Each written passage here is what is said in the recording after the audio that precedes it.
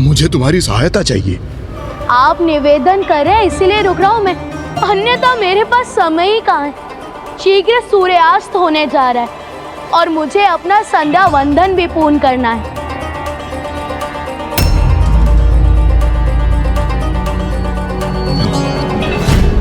मैं अनुरोध करता हूँ कि आप इन्हें कुछ समय के लिए थाम लीजिए।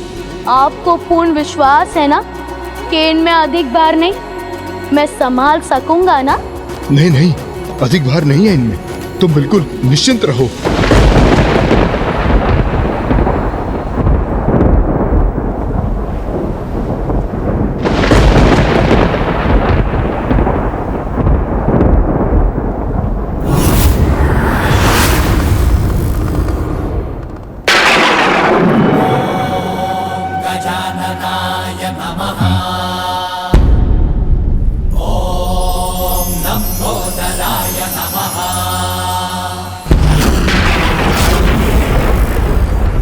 योद्धा जी, आपने असत्य कहा मुझसे कि इनमें अधिक भार नहीं है। मैं अधिक समय तक इन्हें नहीं संभाल सकूंगा और सूर्यास्त के पूर्व मुझे मेरी शेष 5 मालाओं का जाप भी संपन्न करना है। तभी तो मेरा संध्या वंदन पूर्ण होगा।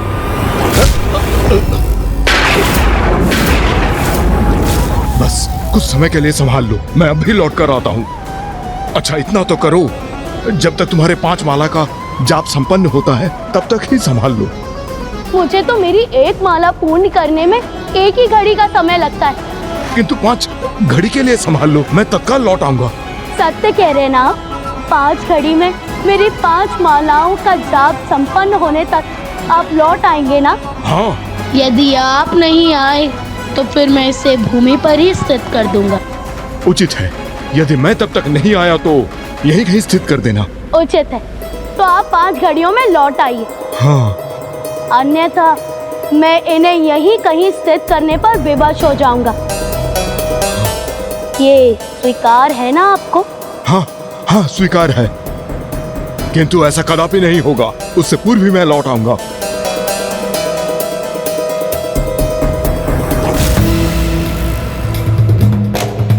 अच्छा, तो फिर आप यहाँ रुके क्यों हैं? जाइए, आपका समय आरंभ हो चुका है। ओम नमः शिवाय, ओम नमः शिवाय।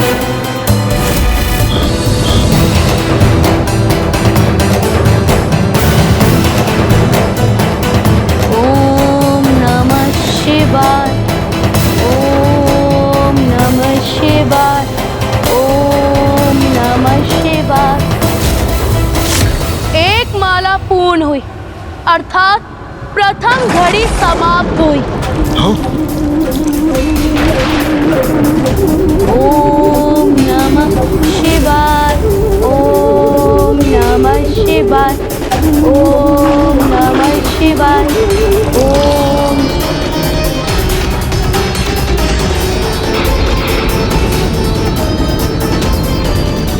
दूसरी माला के जाप के साथ दूसरी घड़ी भी समाप्त हुई। मुझे शीघ्रता करनी होगी। लघु शंका के पश्चात मुझे स्नान कर संध्या वंदन भी तो करना है।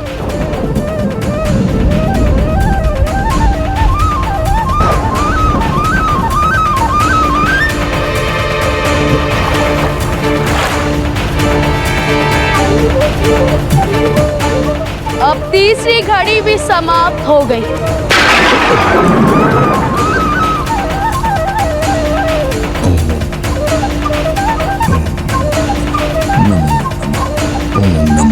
चौथी माला के जाप के साथ चौथी घड़ी भी समाप्त हो गई। अब मैं अपने अंतिम माला का जाप आरंभ करता हूँ।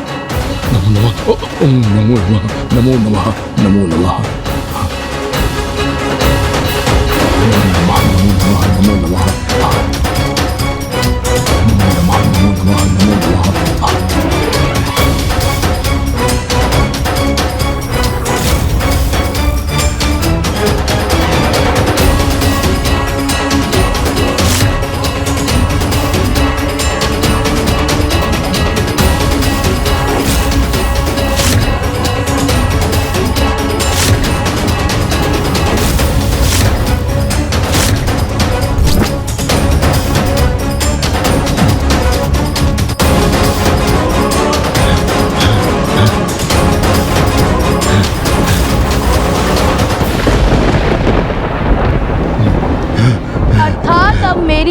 5वीं माला भी पूर्ण हुई।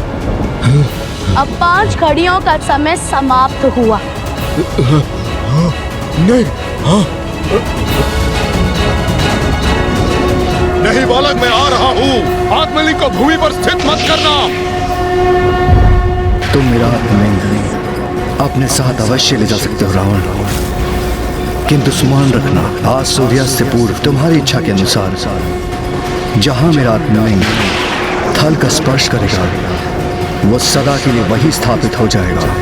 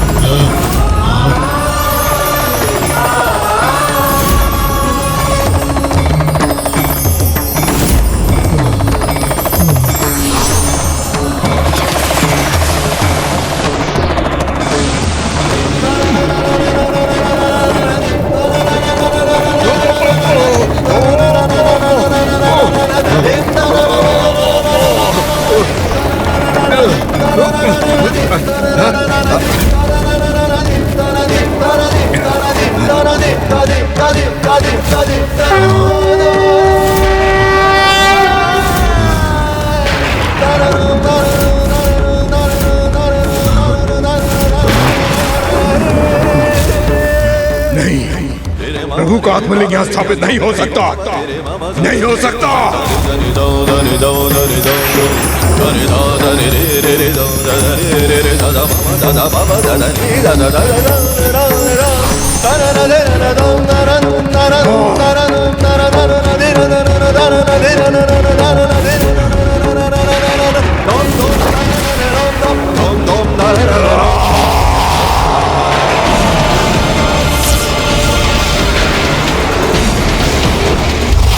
पुत्र, जाओ, जाकर प्रभु महादेव का आत्मलिंग लेकर आओ। इस बार मैं प्रभु महादेव को अपने साथ लेके ही लौटूंगा, अन्यथा आपको कभी अपना मुख नहीं दिखाऊंगा मैं।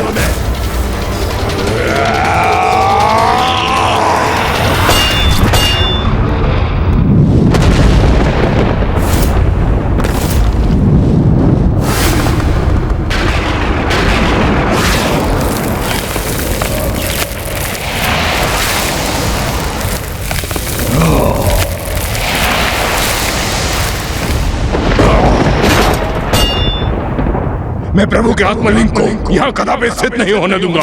अपने साथ लंका ले जाकर ही रहूंगा।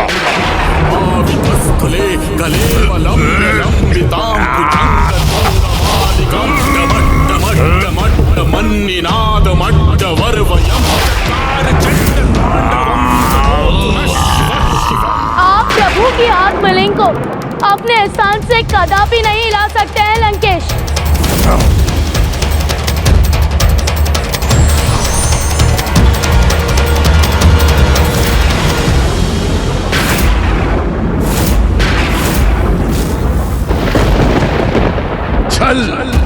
छल हुआ है मेरे साथ।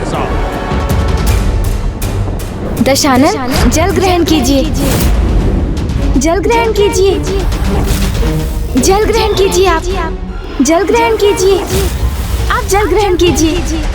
जितना जल ग्रहण कर सकते हैं कर लीजिए। गौरी पुत्र, आप मुझे छलने के लिए मेरे साथ बने रहे। नहीं लंकेश, मैं इस संपूर्ण समय आपके साथ इसलिए था जिससे आप आत्मलिंग को लंका ले जाने की भूल ना करें। अन्यथा आपको दिए वचन के अनुसार प्रभु महादेव अपना निवास परिवर्तित करने पर विवश हो जाते, जिसका एकमात्र परिणाम होता प्रलय। नहीं गौरी पुत्र, भूल तो आपसे हो रही है, क्योंकि प्रलय तो अब आएगा जब कोई भी मुझे इन प्रभु के आत्मलिंग को लंका ले जाने से रोकेगा।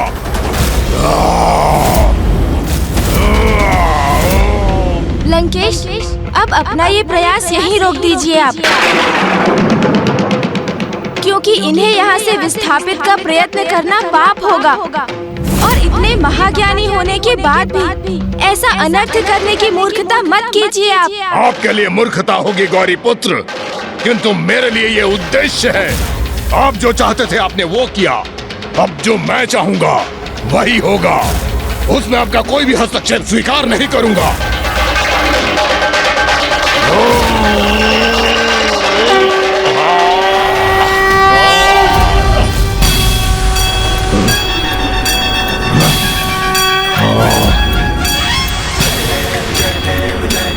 मैंने तो आपको पूर्व में ही कहा था कि आप पिताश्री के आत्मलिंग को इस स्थान से कदापि नहीं हिला सकेंगे। अपने इन्हीं हाथों से मैंने कैलाश को उसके स्थान से उठा लिया था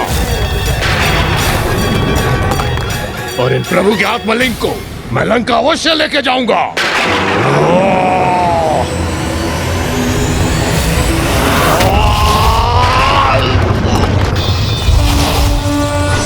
वहीं रुक जाइए लंकेश, क्योंकि जो कुछ भी हुआ प्रभु महादेव की इच्छा से ही हुआ, इसलिए उनकी इच्छा के विरुद्ध जाने का दुस्साहस मत कीजिए आप, अन्यथा जो आप करने जा रहे हैं उसका दुष्परिणाम भुगतना होगा आपको। नहीं, अब कोई नहीं रोक सकता मुझे, ना ही आपका छल तो ना ही आपको भयभीत करने का प्रयास।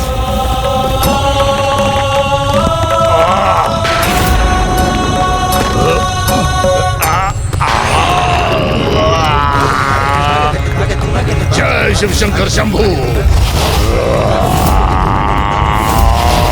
लंकेश, आप जो कर रहे हैं सर्वथा अनुचित है। वो उन सभी सीखों के विपरीत जा रहे हैं आप, जिनका उल्लेख आपने प्रभु शिव के अवतारों की कथाओं में स्वयं किया था लंकेश।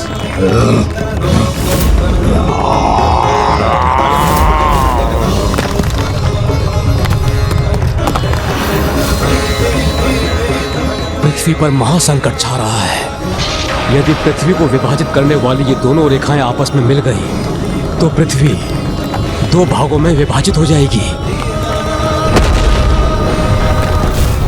ऐसा कदापि नहीं होना चाहिए। हमें इसे कैसे भी रोकना होगा। रुक जाइए लंकेश, आप अपने साथ संपूर्ण पृथ्वी का विनाश करने जा रहे हैं। मुझे इसकी कोई चिंता नहीं।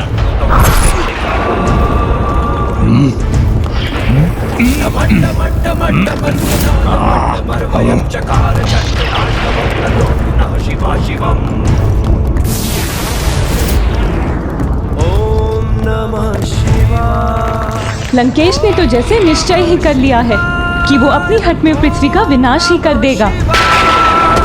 ओम नमः शिवाय, ओम नमः शिवाय। आज तो मैं सफल होकर ही रहूंगा।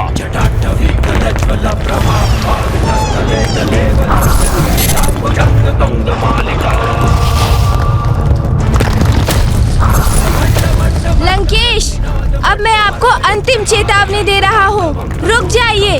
नहीं गौरी पुत्र, आपने छल किया है मुझसे और अब आपकी अथवा किसी की भी चेतावनी का कोई प्रभाव नहीं होगा मुझ पे।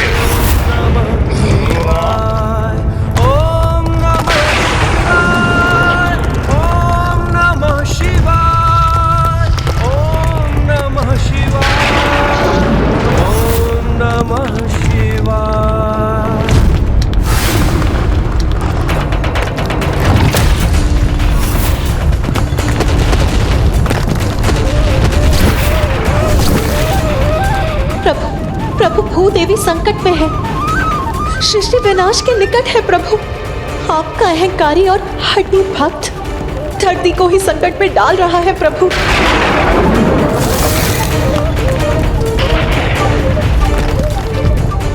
अनेकों चेतावनी दे चुका हूँ मैं आपको दशानन, किंतु अब मैं आपके रुकने की और प्रतीक्षा कदापि नहीं करूँगा। आपको आपकी इस उद्दंडता का उचित दंड दूंगा मैं।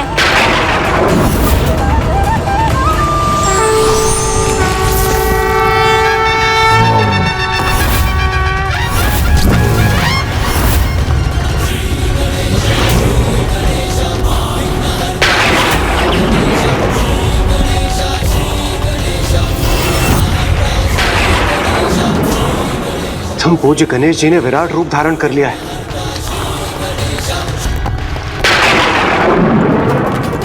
किंतु सृष्टि तो एक अत्यंत ही विकट संकट की ओर बढ़ रही है। लंकेश रावण ने कितनी अनिष्टकारी परिस्थिति उत्पन्न कर दी है और अभी भी वो रुकने के लिए तैयार नहीं है।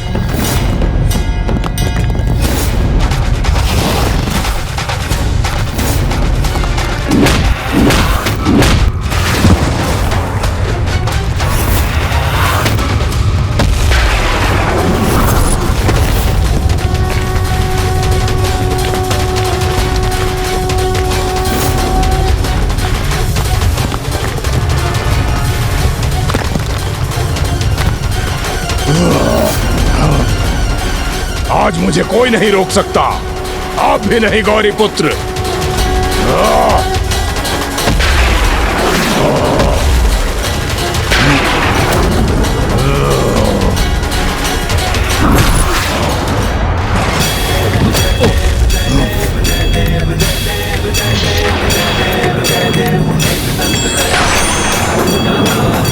आप मुझे मेरी शक्ति का प्रयोग करने के लिए विवश कर रहे हैं गौरी पुत्र।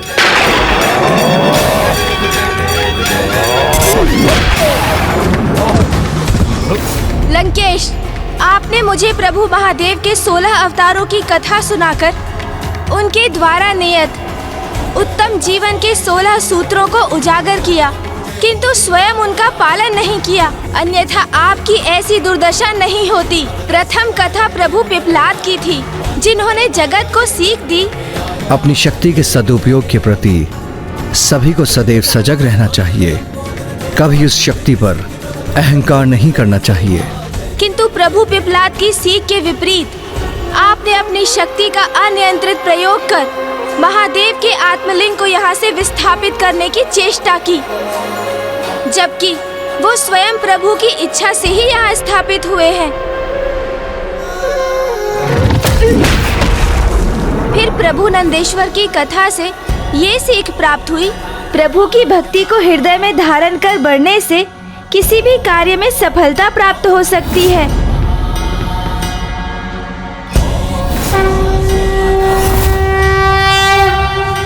प्रभु की इच्छा के विरुद्ध उनके आत्मलिंग को अपने साथ लंका ले जाने के प्रति ही एकाग्रता का प्रदर्शन किया।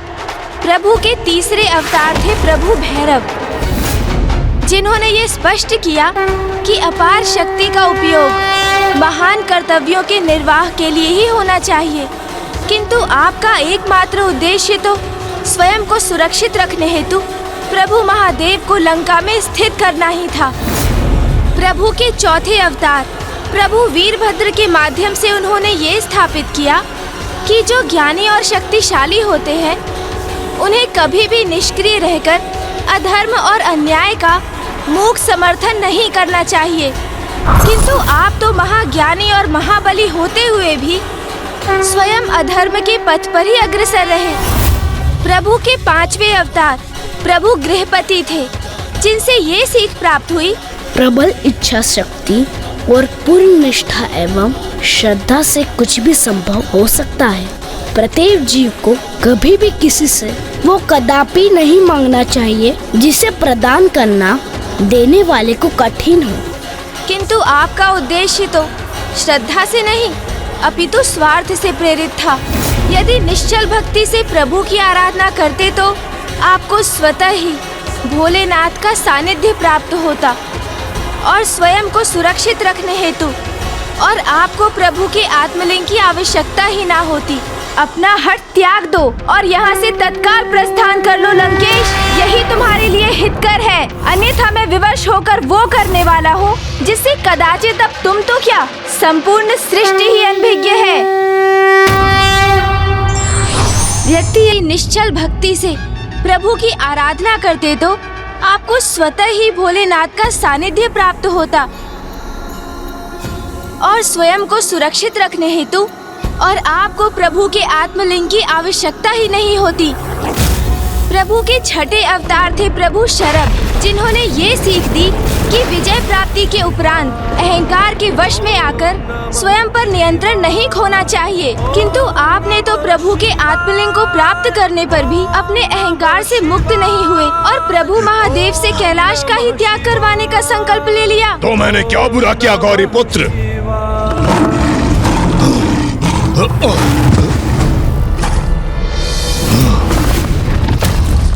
प्रभु के 7वें अवतार प्रभु ब्रह्मचारी थे, जिन्होंने ये स्थापित किया प्रेम और भक्ति दोनों एक ही समान है, क्योंकि दोनों में ही अपने लक्ष्य को प्राप्त करने हेतु अपार निष्ठा और समर्पण की आवश्यकता होती है। किंतु आपने भक्त के कर्तव्य से भटककर स्वार्थवश उनके आत्मलिंग को लंका ले जाने का प्रयास किया। मैं प्रभु के आत्मलिंग का क्यों त्याग करता? मेरा अधिकार था उन पर।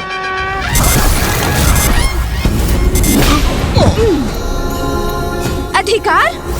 कैसा अधिकार लंकेश?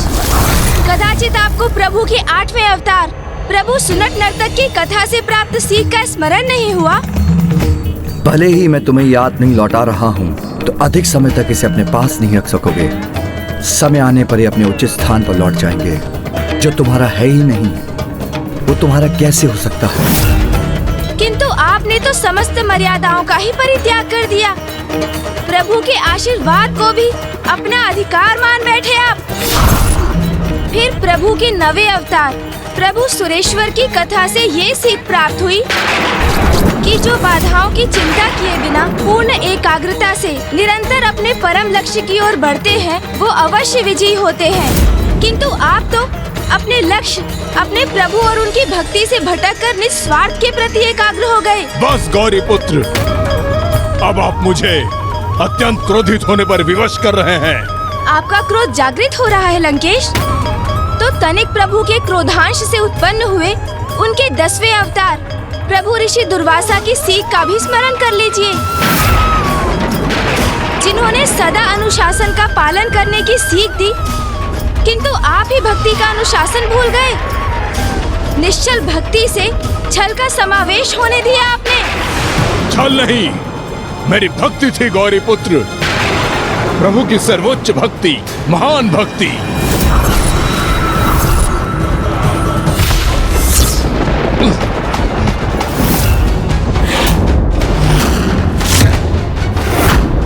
प्रभु के 11वें अवतार प्रभु अवधूत की सीख का स्मरण हुआ आपको?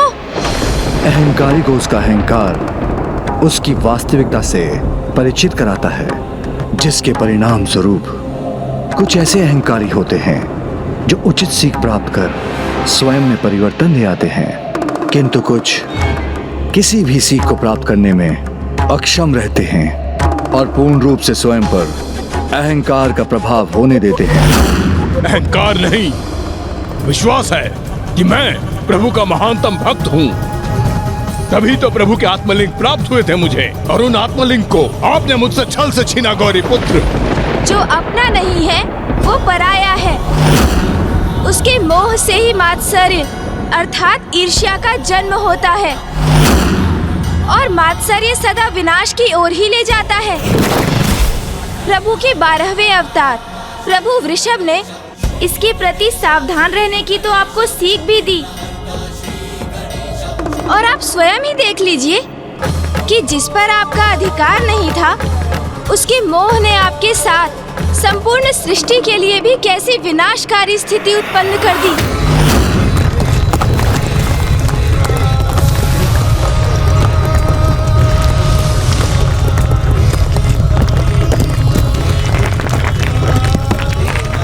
प्रभु के आत्मलिंग पर आए नहीं, मेरे हैं वो।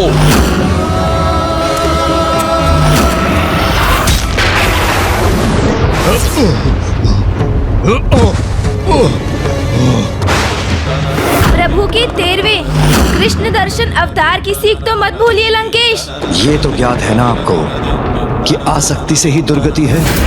किंतु आपने कहा प्रभु के आत्मलिंग के प्रति अपनी आसक्ति का परित्याग किया। आसक्ति के स्थान पर श्रद्धा, भक्ति और प्रभु के अटूट विश्वास को आत्मसात करना चाहिए था आपको, क्योंकि प्रभु अपने भक्तों के विश्वास को कभी खंडित नहीं होने देते। यही सीख थी ना प्रभु के 14वें अवतार प्रभु भिक्षुवर्य की। किंतु आपको किसी भी सीख का क्या लाभ, क्योंकि आपको तो एकमात्र अपनी शक्ति में ही विश्वास है लंकेश।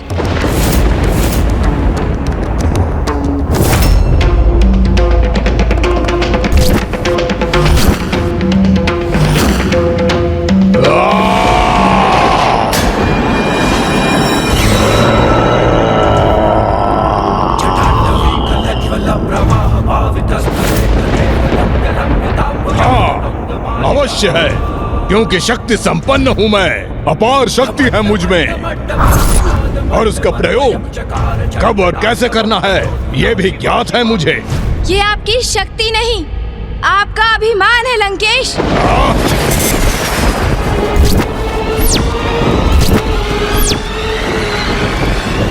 चंद्रहास? ये क्या? दशानन ने तो महादेव द्वारा दिए गए चंद्रहास को ही उनके पुत्र के समक्ष प्रकट कर लिया।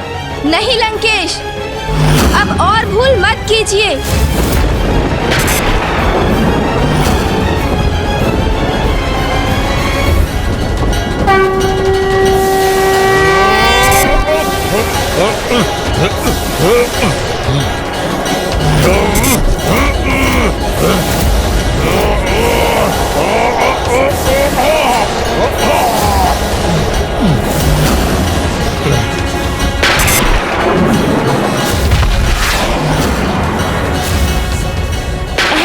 लंकेश, तुम पिताश्री से प्राप्त चंद्रहास का प्रयोग अधर्म के लिए कदापि नहीं कर सकते।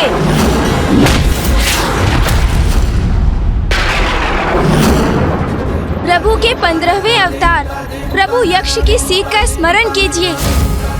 सदा स्मरण रखना, मात्र ज्ञान अथवा सीख देने से पुण्य प्राप्त नहीं होता, स्वयं उस सीख का पालन करना भी अति आवश्यक है। किंतु आपने अपने अभिमान को अपने आचरण का अभिन्न अंग बना रखा है,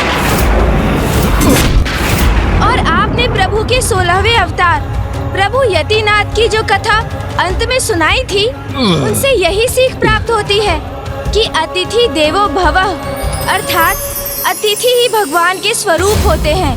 किंतु आपने तो प्रभु को अतिथि के स्थान पर बंदी बनाकर लंका में स्थित करने का लक्ष्य निर्धारित किया हुआ था। अपने ही आराध्य के साथ छलावा कर उन्हें विवश करते हैं आप, फिर इसका दंभ भी करते हैं कि आप उनके महानतम भक्त हैं। आप जैसे मिथ्या भक्ति करने वालों को ही भक्ति का वास्तविक मर्म सिखाने हेतु प्रभु महादेव अपना अगला अवतार लेने वाले हैं। नहीं। आप क्या समझ रहे थे? मुझे प्रभु के अवतारों का ज्ञान नहीं?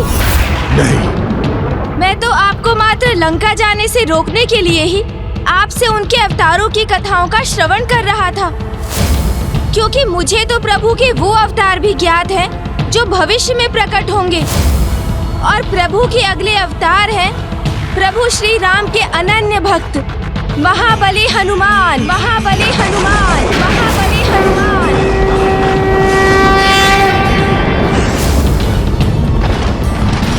वो महाभक्त प्रभु हनुमान जो अपने वक्ष में अपने आराध्य को धारण कर हमें ये सीख प्रदान करने वाले हैं कि भक्त के कण कण में प्रभु का वास होता है, और जो भक्त अपने शरीर को ही प्रभु का मंदिर मान लेते हैं वो तो स्वयं भगवान बन जाते हैं।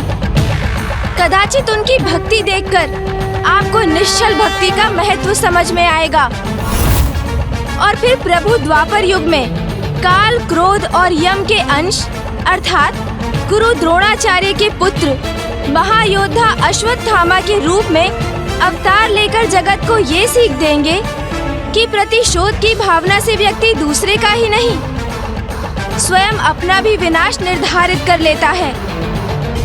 और प्रभु के 19वें अवतार होंगे प्रभु किरात, जो एक बनवासी के रूप में धर्मपरायण योद्धा पांडु पुत्र अर्जुन की परीक्षा लेने के उपरांत उन्हें पशुपति अस्त्र प्रदान करेंगे और संसार को ये सीख देंगे कि वास्तविक योद्धा वो होता है जो अपने पराक्रम से युद्ध भूमि में विजय तो प्राप्त करता ही है, प्रभु के हृदय में भी अपना स्थान बनाने में सफल होता है। और एक परम भक्त योद्धा का आचरण आपके सर्वथा विपरीत होता है, क्योंकि आपने तो तपस्या के माध्यम से भी अपनी स्वार्थ की पूर्ति हेतु अपने भगवान से भी छल किया।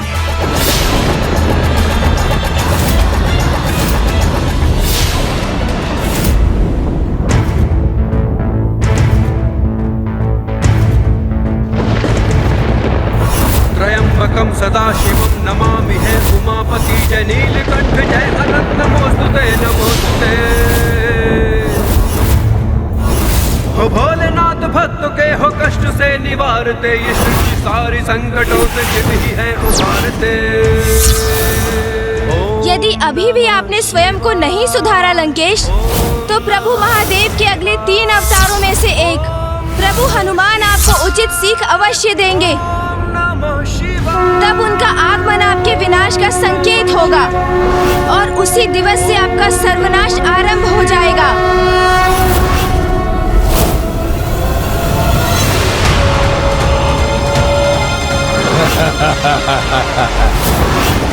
ये सब कहकर आप मुझे भयभीत कर रहे हैं गौरी पुत्र, किंतु ऐसा कुछ भी नहीं होगा, क्योंकि कोई भी शक्ति, कोई भी अवतार मुझे, लंकेश रावण को कोई क्षति नहीं पहुंचा सकता।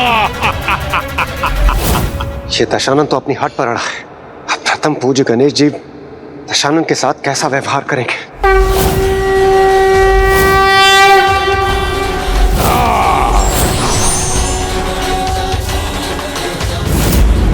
मैं तो आपको सुधरने का एक अंतिम अवसर प्रदान कर रहा था लंकेश।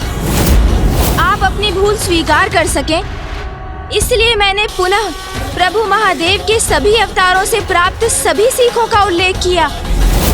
किंतु अब मुझे आभास हो रहा है कि आप अब कोई सीख स्वीकार नहीं करना चाहते। संसार का सर्वश्रेष्ठ ज्ञानी हूँ मैं, और आप मुझे ज्ञान दे रहे हैं गौरी पुत्र। आप मेरे आराध्य शिव शंकर शंभू के पुत्र हैं, इसलिए अभी तक शांत रहा मैं।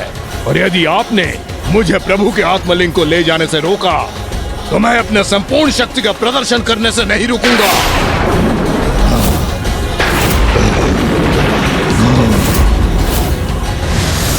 ये लंकेश तो सुधरने के स्थान पर पुनः अपने विनाश को आमंत्रित कर रहा है। सर्वश्रेष्ठ ज्ञानी के लिए भी ये कथन सर्वथा उपयुक्त है। विनाश काले विपरीत बुद्धि, विनाश काले विपरीत बुद्धि।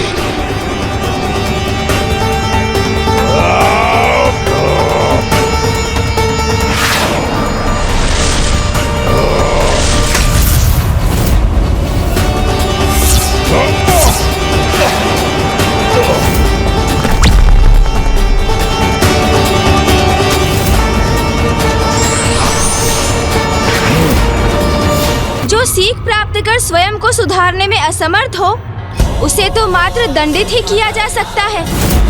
अब आप अपनी मृत्यु के लिए तैयार हो जाइए लंकेश।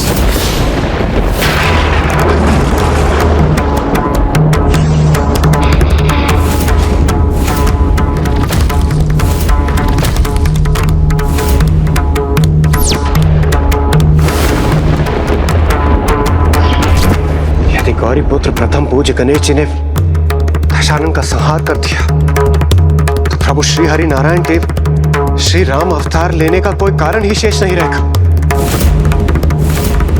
प्रभु महादेव के समस्त अवतारों को प्रथम पूज्य गणेश जी ने तो लंकेश को दंडित करने से रोक दिया, किंतु क्रोधवश स्वयं वही करने जा रहे हैं। नहीं, कुछ नहीं हो सकता मुझे। प्रभु रोक लीजिए पुत्र गणेश को, अन्यथा ना ही प्रभु राम अवतार प्रकट होंगे और ना ही आपके प्रभु हनुमान के प्रकट होने का कोई कारण शेष रहेगा।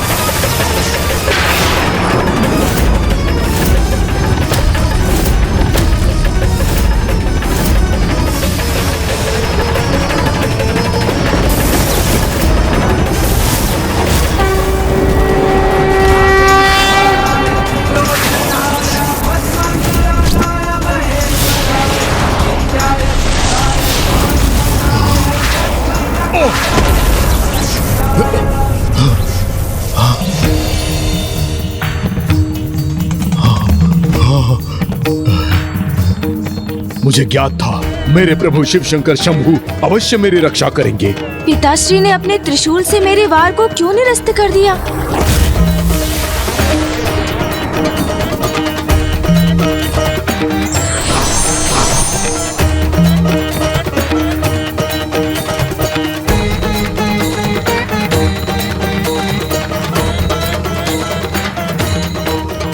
महादेव। पुत्र, लंकेश रावण को उसके अपराध का दंड प्राप्त हो चुका है। वो आत्मलिंग खो चुका है और यहीं से उसके पापों की गागर भी फड़नी आरंभ हो चुकी है। किंतु हमें अभी भी उसे एक भूल सुधारने का अवसर प्रदान करना चाहिए। जैसी आपकी आज्ञा पिताश्री।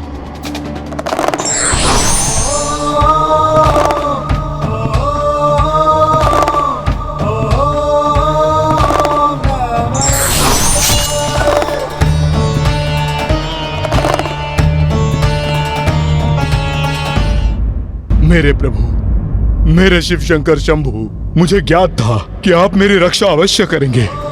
मैं तुम्हारी रक्षा करने नहीं, तुम्हें सचेत करने आया हूं लंकेश। अनेक कल्पों और युगों से तुम मेरे समक्ष आते रहे हो। प्रत्येक बार जब भी तुमने जन्म लिया, मेरा भक्त होते हुए भी अंततः तुम पाप ही करते आए हो। और फिर विवश होकर प्रत्येक युग में नारायण तुम्हारा वध करते रहे।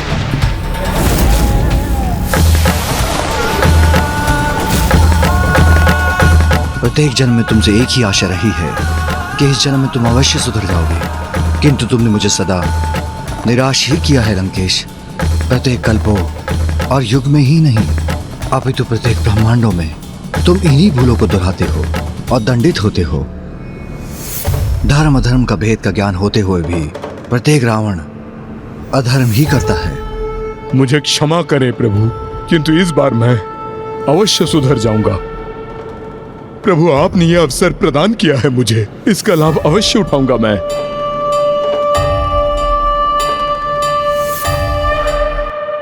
हे गौरी पुत्र, मुझे प्रत्येक भूल की क्षमा दीजिए।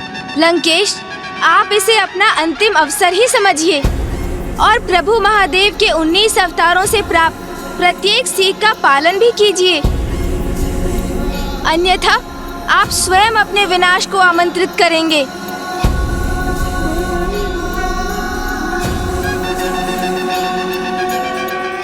प्रभु, आपकी कृपा हेतु लंकेश रावण का कोटि कोटि धन्यवाद। आपसे क्षमा पाकर मैं धन्य हो गया प्रभु।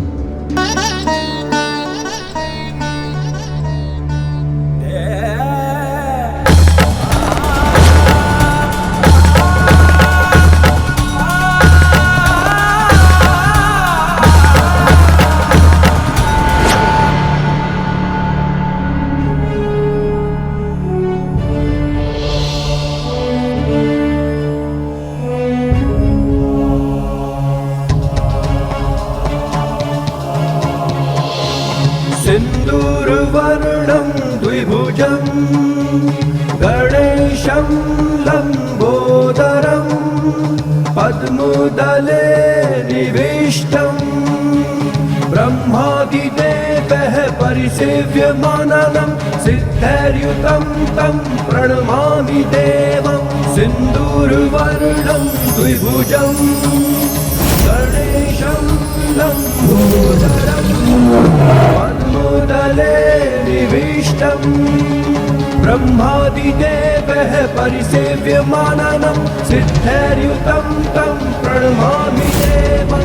सिन्दूरवर्णं द्विभुजं गणेशं लम्बोदरं पद्मदले निविष्टं ब्रह्मादिदेवैः परिसेव्यमानं सिद्धैर्युतं तं प्रणमामि देवम्।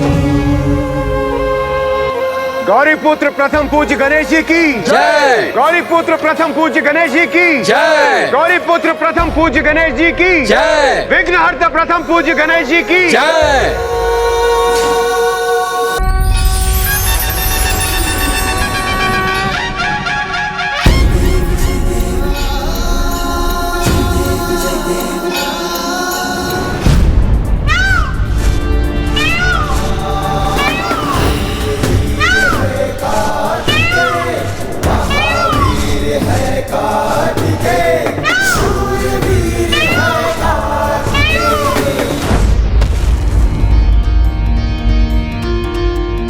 बधाई हो अनुज गणेश।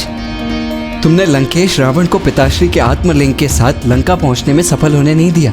हाँ भैया, किंतु मुझे इस बात का दुख अवश्य है कि मैं लंकेश को और भी शीघ्र रोकने में सक्षम नहीं हो सका। पुत्र, तुम्हें तनिक भी दुखी होने की आवश्यकता नहीं। तुम्हारे कारण काशी और रामेश्वर के समान गोकर्ण भी सदा के लिए एक महान तीर्थस्थल के रूप में विख्यात होगा, क्योंकि स्वयं मैंने ही कहा था कि मेरा आत्मलिंग जहां भी भूमि का स्पर्श करेगा वो वहीं स्थापित हो जाएगा। इसीलिए तो अपनी अपार शक्ति से समस्त कैलाश को उठा लेने में समर्थ लंकेश आत्मलिंग को अपने स्थान से डिगा तक नहीं सके। और जब महाबली रावण भी महाबला महादेव के आत्मलिंग को नहीं डिगा सके, इसलिए आज से इन्हें महाबलेश्वर महादेव के नाम से पुकारा जाएगा। और जो भी भक्त यहाँ गोकर्ण में सत्य निष्ठा भाव से पूजन करेंगे, उन्हें जीवन में कठिनाइयों से जूझने के लिए महाबल प्राप्त होगा।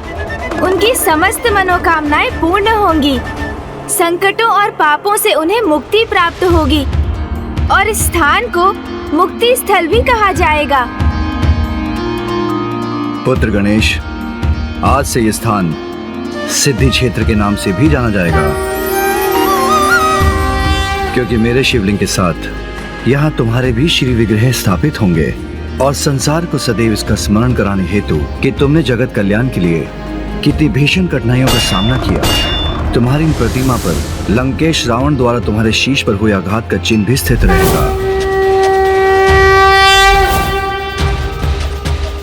और यहाँ तुम्हारी प्रार्थना करने वालों को साहस, शक्ति और ज्ञानोदय की सर्वोच्च सिद्धि प्राप्त होगी।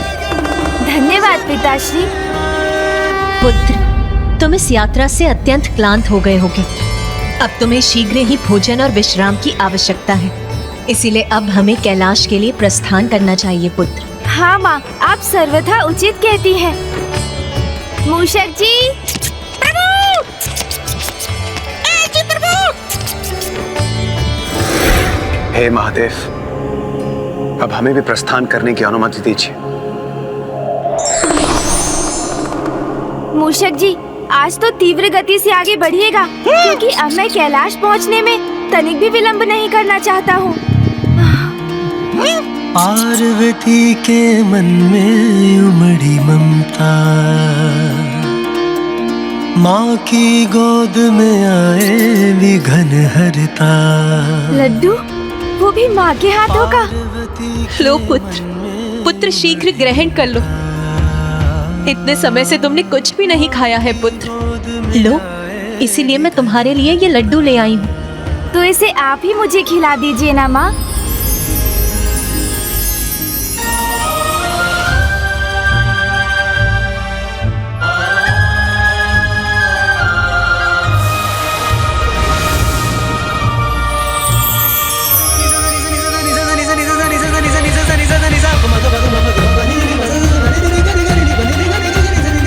स्वामी, कितनी अद्भुत है ना प्रथम पूज्य गणेश जी की यह लीला। कुछ समय पूर्व जिन्होंने महायोद्धा भगवान का विराट रूप धारण कर महाबली असुर लंकेश को अपने अधर्मयुक्त आशय में सफल नहीं होने दिया, अब वही गणेश अपनी माँ के समक्ष एक भोला भाला बालक बनकर अपनी माँ के हाथों से आहार प्राप्त कर रहे हैं। धन्यवाद माँ।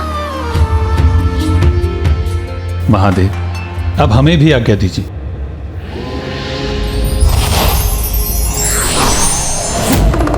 नंदी जी, आप प्रस्थान कीजिए। मूषक जी, अब आप भी चलिए। जी प्रभु।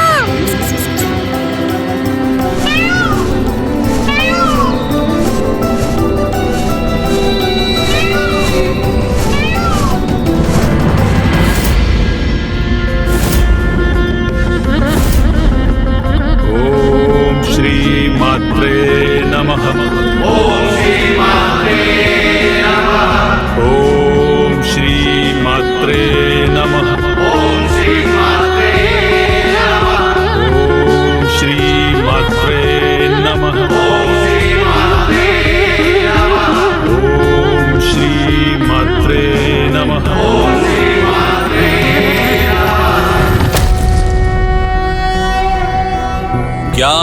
चिदानन्दमयं देवं निर्मलस्फटिकाकृतिम् आधारं सर्वविद्यानां हयग्रीवम् उपास्महे। अर्थात हम अभिवादन करते हैं माता पराशक्ति का, जो माताओं की भी माता है, जिनका स्थान सर्वोच्च, जिनकी सृजन शक्ति से समस्त ब्रह्मांड गतिमान है। इस मंत्र के उच्चारण से हम उन्हीं माता अर्थात जगत की ममतामयी नारी शक्ति से सीधा संपर्क साधते हैं। इसलिए मेरे प्रिय शिष्यों, अब माता के लाल वर्ण को मन में धारण कर पूर्ण निष्ठा से माता के इस मंत्र का जाप करो, ताकि यही मंत्र हमें माता पराशक्ति की संपूर्ण रचना से एकीकार करेगा। ओम श्री मात्रे नमः। ओम श्री मात्रे नमः। ओम श्री मात्रे नमः। ओम श्री मात्रे नमः। ओम श्री मात्रे नमः। ओम श्री मात्रे नमः।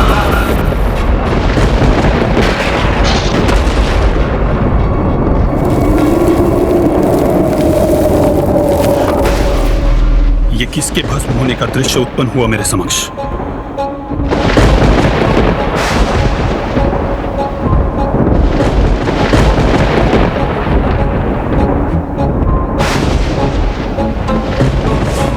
हे गुरु हैग्रीव, ये कैसा भयंकर दृश्य था? किसी बड़े अनिष्ट का संकेत है ये, किंतु हमारा मंत्र जाप कदापि नहीं रोकना चाहिए। ओम श्री मात्रे नमः। ओम श्री मात्रे नमः। ओम श्री मात्रे नमः। ओम श्री मात्रे नमः। नहीं, इतना बड़ा अनर्थ, सृष्टि पर इतना बड़ा महासंकट, ये कैसे संभव है? क्या हुआ गुरुवर?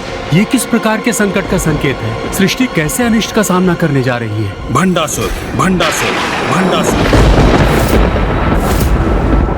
प्रभु महादेव के तीसरे नेत्र से उत्पन्न क्रोधाग्नि से भस्म होने वाले कामदेव की भस्म से प्रकट होगा ये महासंकट। बहुत समय पूर्व अपना ध्यान भंग होने के कारण प्रभु महादेव ने क्रोधित होकर कामदेव को भस्म कर दिया था, किंतु कामदेव के क्षय हुए शरीर का भस्म वहीं पड़ा रह गया था, जो अब एक नवीन आकार लेने के प्रयास में लगा है। परंतु यदि उसे रोका नहीं गया तो फिर सृष्टि को एक भीषण संकट का सामना करना पड़ेगा। घोर अनर्थ हो जाएगा इस घटना से।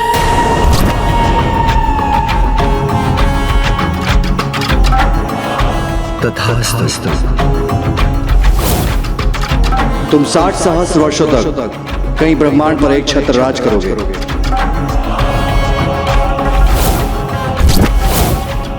सौभाग्य है तुम्हारा कि तुम मेरे अर्थात भंडासुर के अधीन हो, इसीलिए प्रसन्न रहो।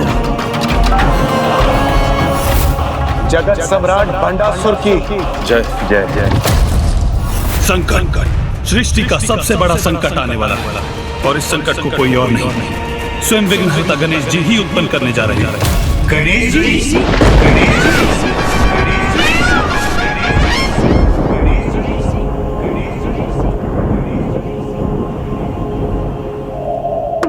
हे प्रभु, हे सदाशिव, वैसे तो आप हमारी पुत्री की पति है, हमारे जमाता है, किंतु फिर भी हमें आपके दर्शन का सुख प्राप्त नहीं हो रहा है। कृपा कर सह परिवार हमारे निवास स्थान पर पधारिए और हमें दर्शन दीजिए प्रभु। कृपा कीजिए, हमें दर्शन दीजिए प्रभु, दर्शन दीजिए। कृपा करके हमारी विनती स्वीकार कर हमारे निवास स्थान पधार, हमें सेवा का अवसर दीजिए प्रभु, हमें सेवा का अवसर दीजिए प्रभु। मुझे माता पिता से भेंट करने की बड़ी प्रबल इच्छा हो रही है, और उनका निवास स्थान तो अत्यंत निकट है।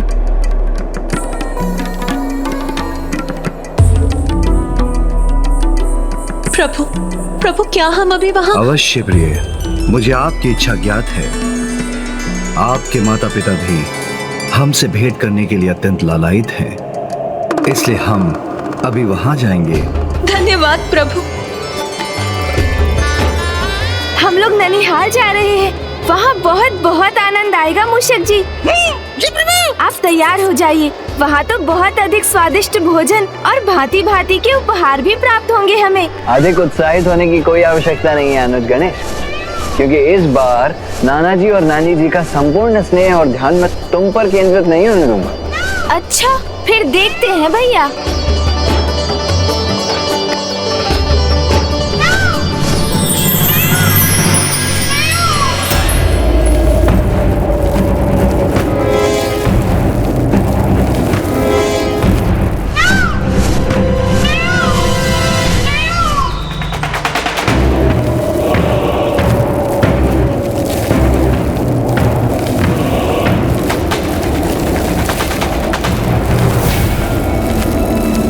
जिस अनिष्टकारी घटना का पूर्व संकेत माता पराशक्ति ने मुझे उन दृश्यों के माध्यम से दिया था, वही सत्य होता प्रतीत हो रहा है मुझे।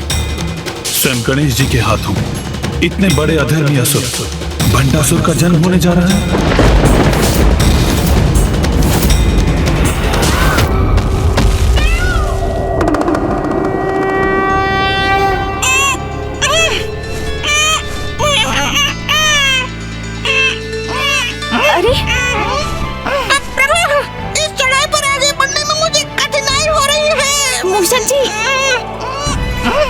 शीघ्रता करो अनुज, अन्यथा यदि मैं तुमसे पूर्व नाना जी और नानी जी के पास पहुंच गया ना तो उनका सारा प्रेम मुझी पर उमड़ जाएगा। अरे सभी आगे बढ़ रहे हैं। मैं अपनी गति में वृद्धि करने का प्रयास करता हूँ। शीघ्रता कीजिए मूषक जी।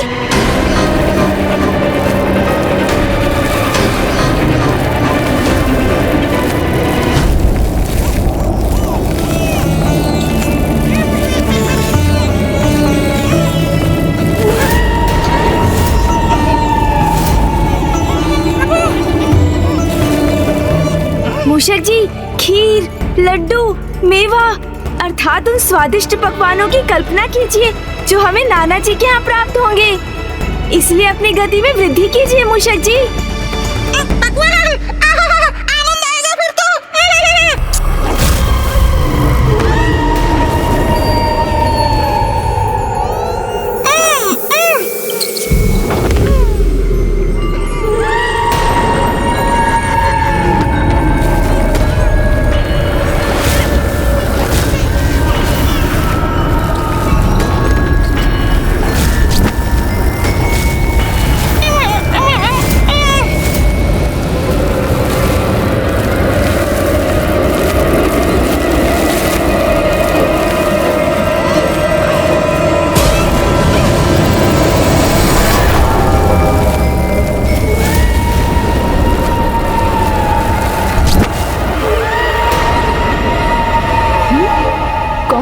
पीछे ये किसका आभास हुआ मुझे?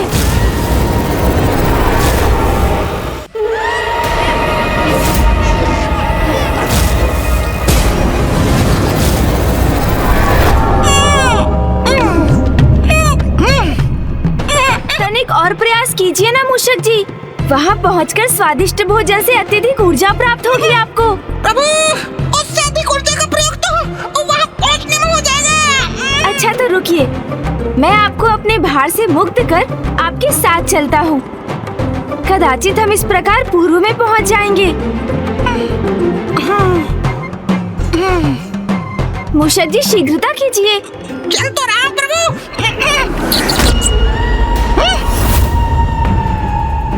ओहो, अब आप क्यों रुक गए मूषक जी? क्या अभी ऊर्जा शेष नहीं रही आप में? क्या क्या है वहाँ? किसकी ओर संकेत कर रहे हैं आप मूषक जी?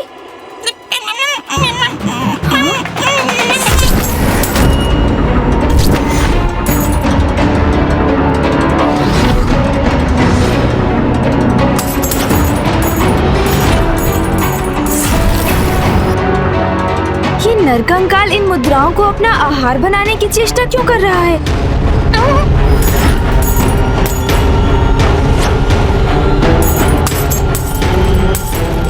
प्रतीत होता है ये मुद्राओं का लोभ छोड़ नहीं पा रहा।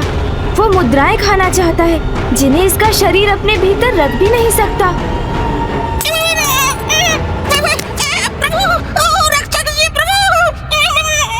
मूषक जी, संभालिए स्वयं को।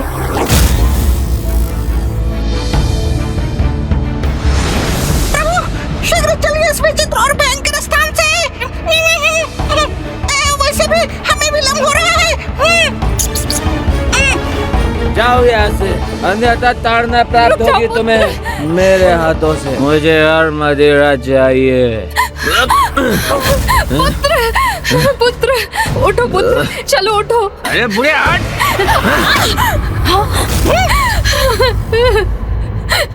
मैंने कहा ना, मेरे निकट मत आना बुढ़िया, मत आना निकट मेरे। कैसा दृश्य है ये? पुत्र माँ पर अत्याचार कर रहा है एवं माँ पुत्र के अवगुणों की उपेक्षा करके अभी भी उसकी सुरक्षा के प्रति चिंतित है। इस माँ को समझना होगा, ममता आवश्यकता से अधिक हो तो वो भी पुत्र के लिए विष समान हो जाती है।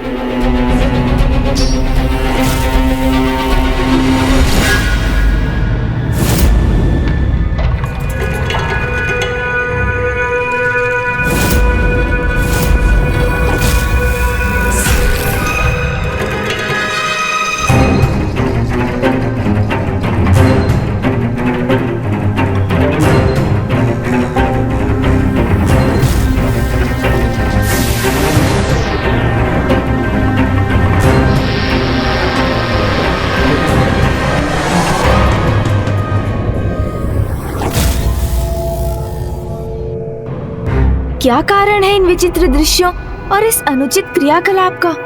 और ये रहस्यमयी पुरुष कौन है? मूषक जी, शीघ्र चलिए, मुझे इन दृश्यों से कुछ विचित्र सा आभास हो रहा है। तत्काल पिताश्री से जाकर पूछना होगा इस विषय में। चलिए।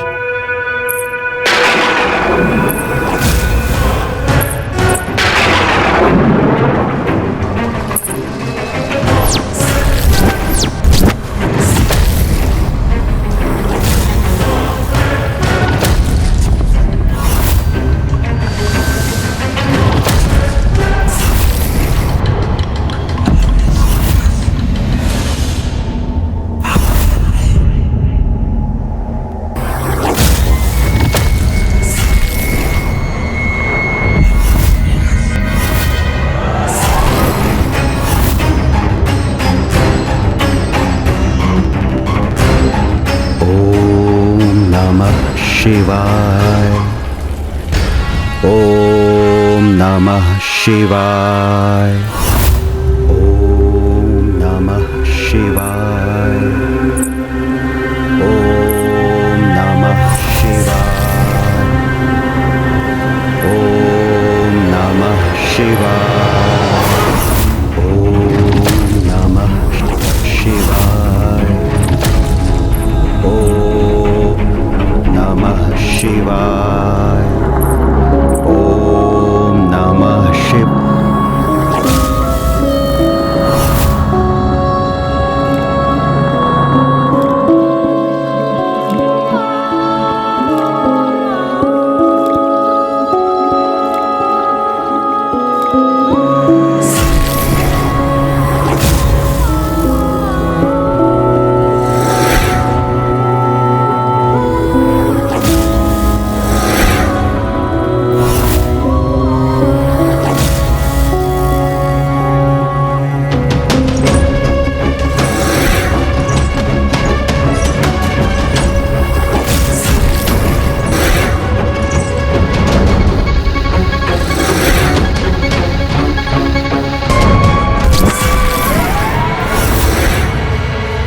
इन्होंने तो अपनी माया के वश में कर लिया इस ब्राह्मण को। अरे, ये कहाँ अदृश्य हो गए? ये सब क्या घटित हो रहा था? कौन थे ये सभी? और हमारे समक्ष इस प्रकार क्यों प्रकट हुए? क्या इन विचित्र दृश्यों में हमारे लिए कोई संकेत नहीं था मूषक जी? मुझे तो ज्ञात नहीं प्रभु, चलिए शीघ्र आगे बढ़ते हैं। मुझे शीघ्र पिताश्री से ज्ञात करना चाहिए कि इन विचित्र घटनाओं का भला क्या अर्थ है।